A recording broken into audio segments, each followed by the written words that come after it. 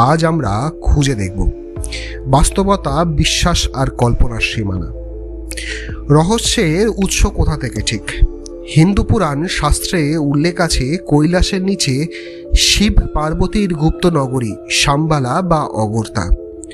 প্রাচীন পাণ্ডুলিপি সূত্রে জানা যায় বাংলার যোগিনী তন্ত্রে উল্লেখ রয়েছে তার। কৈলাসে প্রবেশ করবে তারা যারা অমৃত খোঁজে।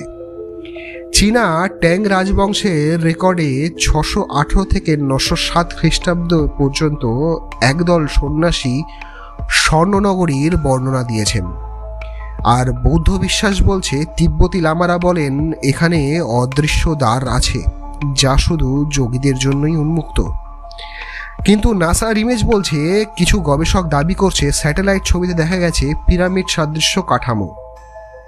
শাম্বালা স্বর্গ না ভূগর্ভস্থ শহর?